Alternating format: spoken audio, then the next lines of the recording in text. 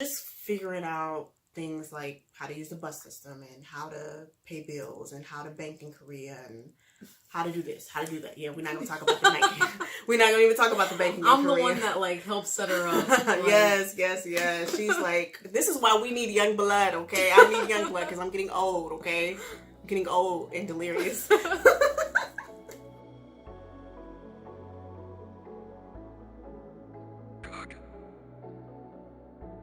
Everyone, it's Ash Kenyail here again. I'm back with another video, and as you can see, I have my special guest. This is Anne. Yes. Hey, it's Anne from YouTube. You want to introduce yourself? Yes. So, hi everyone. My name is Anne, and I have a YouTube channel here on YouTube. And I make videos about my life here in South Korea, teaching English. Yeah. So I thought that it would be really cool to do a video about adjustment to living and teaching in South Korea, giving younger teachers perspective and experiences. I was curious, if there is a difference with the adjustment with coming to Korea, living in Korea, working in Korea as a younger teacher, fresh out of college, and I'm an older teacher, someone who's like in their late 20s or even in their 30s or 40s moving to Korea. I guess we should talk about our age now. Hey. They say women should never tell their age, but hey, we got to do it for this video, right? Yes. So, how old are you? I turned 23 in February, so yeah, I came, yeah. Okay, and me, I turned 21 and I am 29 and I turned 30 in May. So, we got a bit of a gap kind of between us, okay? What's your education background? So I graduated with a bachelor's degree in biology and secondary education. So I'm actually licensed to teach middle school and high school science. Don't ask me why they put me in an elementary school and not a middle school or a high school, but... Don't ask why Epik does anything the way they do it. For real. Like... Real talk. Yeah. Even if you're even if you are certified to teach like elementary school, they might wind up putting you in a high school. Or sometimes they'll deny you even if you have 5+ years experience and have a bachelor's degree in education. It kind of doesn't really make sense, but that's just how they do it with Epik. That's just how it is. My education background is a lot different. So I have a bachelor's in psychology and then I have a master's in social work. So what were you doing before Korea? So before Korea, I was a student in university. So I graduated with my bachelor's in December and moved to Korea in February. So I pretty much already knew I want to have this job as soon as I graduate from university. So yeah, I was in school. Okay, so for me, I was not in school. I wish I could go back and be in school again. Probably do some things differently. But for me, I was actually working in Dallas, Texas in the mental health, social services field. So licensed master social worker. I had been out of school for some years. We'll just say that. I had been out of school. I think I graduated with my master's in 2014. So I had been out of school for some time. Had been working full-time, like living on my own, financially independent. I've been working at the same company for about 4 years or so. What was your decision-making process like with coming to Korea? Like, was it easy? Was it difficult? Did you feel like your age or kind of where you were in life made it easier or harder to come to Korea? I think for me, I didn't think of my age being an issue. I didn't think of the career being an issue because I am a licensed teacher. The only thing that was really an issue was just trying to break it to my parents, which if you know Nigerian parents, it's not happening. It's not a thing. So that was honestly my biggest issue and concern, is just trying to break the news to them or asking them for permission, which I didn't even end up doing. Getting their blessing. Yeah, and I think that was the hardest decision-making process. With choosing Korea, I just did research on teaching internationally abroad, and I saw that Korea was the most beneficial for me, so that's what I went with. Okay.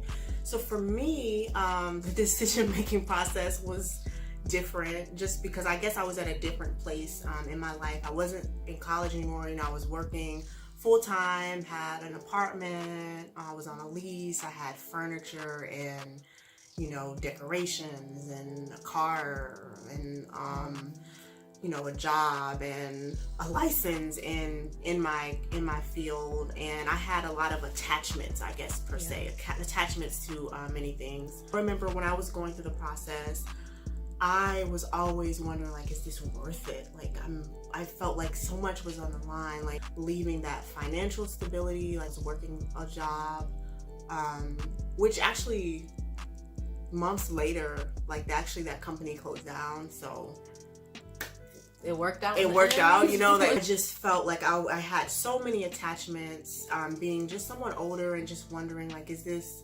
wondering and thinking about other people's opinions on you doing what? Like, you got your master's in social work, you're working, you have an apartment, you have a lease, you have a car, you have all these things, and you're just gonna pick up and go to Korea. Like, many people didn't quite understand it. I just remember being kind of tough and just wondering, like, am I too old to be doing this? Like, you know what I'm saying? Like, am I allowed to just YOLO and live my life and just fly off to Korea and I'm almost 30?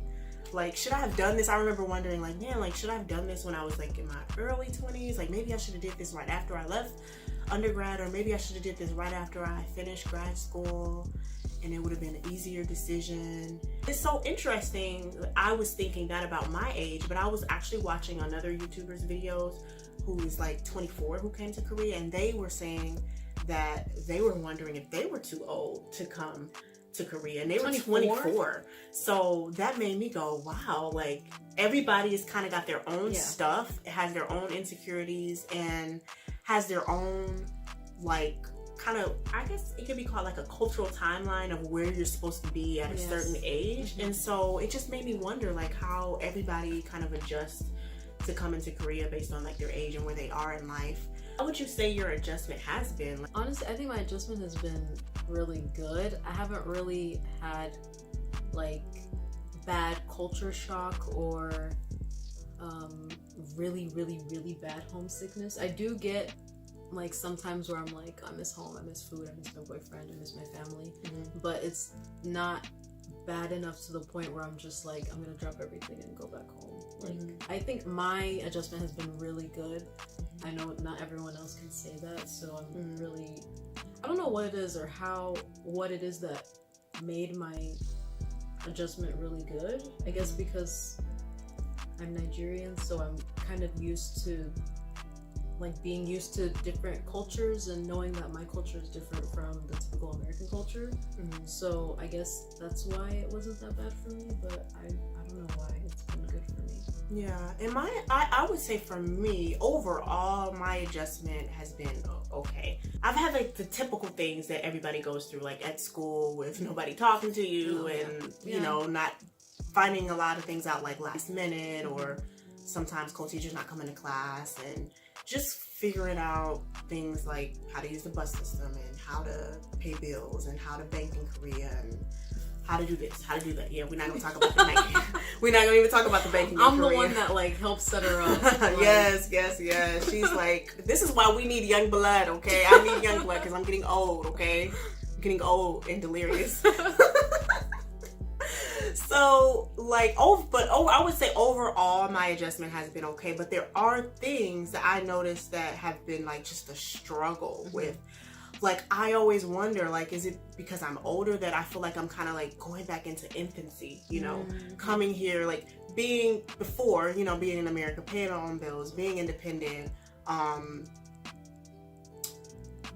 just doing everything, like, doing all this adulting myself, and then coming to Korea at almost 30 and having to get help from my co-teacher with everything, like, so paying the bills, making sure, well, actually, oh my God, like, paying the bills was, it was just, the banking situation was just a hot mess. But, you know, being able to, in America, pay my bills and know how to go to the grocery store, get what I need, and just navigating all those just normal things that we do on a day-to-day basis, and coming to Korea and having to ask help to do just simple things Yes. sometimes drove me nuts. Like, how was it for you, like figuring out just your typical day-to-day things that you have to do like, on a daily basis to live and survive? I think honestly, I did so much research and preparation before coming to Korea. Like, I did so much research that it kind of prepared me, even though there were things that I still didn't know and I figured out along the way. Like, I still felt like it's not so overwhelming. Like, when it came to banking, I did so much research on that. Like, I don't even know how I understood banking so easily to the point that I was able to help friends sign up for bank accounts and things. But like, little things like that weren't so difficult for me to adjust to. And I think also in my head, I knew, you know, it's going to be stressful. So try not to over stress out about it even more, like when that time comes. But I think I just did so much research and looking into things that, and also I can understand a little bit of Korean and read the alphabet, so that She's does amazing. No. No. Go ahead, speak to him in Korean. Tell him, show him. Show him. No. 안녕하세요. So I think that did help me a lot. So what was your level of independence prior to coming to Korea? Before coming to Korea, so I lived at home with my family, but later I got a scholarship where I was able to live on campus. So I lived on campus out of the house for about a year and a half. And so then, you know, I had independence. I didn't have to rely on my parents for money or taking me anywhere because I don't drive. And I pretty much relied on the public transportation system. So I think that also helped me, you know, coming to Korea. Like, I knew how to get on the bus and things like that. So that wasn't that hard of an adjustment for me. But I think there were still things that were hard, because like banking or setting up a phone plan here in Korea, because I mean, if I needed help with that, I could just ask my parents, how do I do this? Even though they would just do it for me. But yeah, there are some things that are a little bit of a struggle. Yeah. So I would say I was independent, but just a bit dependent on my parents before coming. Do you feel independent or dependent living in Korea? I want to say I feel very independent because I travel pretty much everywhere by myself. I don't have to ask my co-teachers for where should I buy a bus ticket, or how do I do this, or how do I do that. I pretty much figure it out all on my own. Even with banking and things like that, I'm pretty much, for the most part, I've pretty much started doing everything on my own. But there are little things where I have to ask my teachers for permission or for help, like when it comes to school related things or admin things. She's dope, y'all. So for me, on the other hand here, my level of independence in Korea was horrible in the beginning, but it's gotten a lot better. In the beginning, I was having so many banking issues, and like, I don't even know. I'm not gonna even go into the details of everything that was going on, but it was ridiculous. And thankfully, I was blessed with a really good co-teacher who was helping me with a lot outside of just the regular responsibilities in school. And he was literally, it got so bad, he was paying my bills for me online, and then I would give him cash. I would just pay him back in cash, as I was having so many issues with the digital certificate, just all these other random things that you have to have to pay bills and stuff online. So I was like so happy that he was there for me. But I remember in the beginning asking like a lot of questions on like how to get on the bus, and I think one time he bought me a bus ticket. So it was just like really, like, being my age and coming here and having to be so dependent on someone to get things done was in the beginning kind of like a headache. But, you know, things have gotten better. The banking situation never got fully resolved, but it got resolved enough to where there are other options, and I know like the other options that I can do to pay bills and stuff. I hope you all enjoyed our little chit chat here. about our adjustment to living and working in Korea. I hope this information has been helpful, and give it a thumbs up if you liked it. Share the video, comment, subscribe to my channel, subscribe to Ann's channel. It's Hey, it's Ann. I'm gonna catch you all in the next video, okay? Bye. Bye.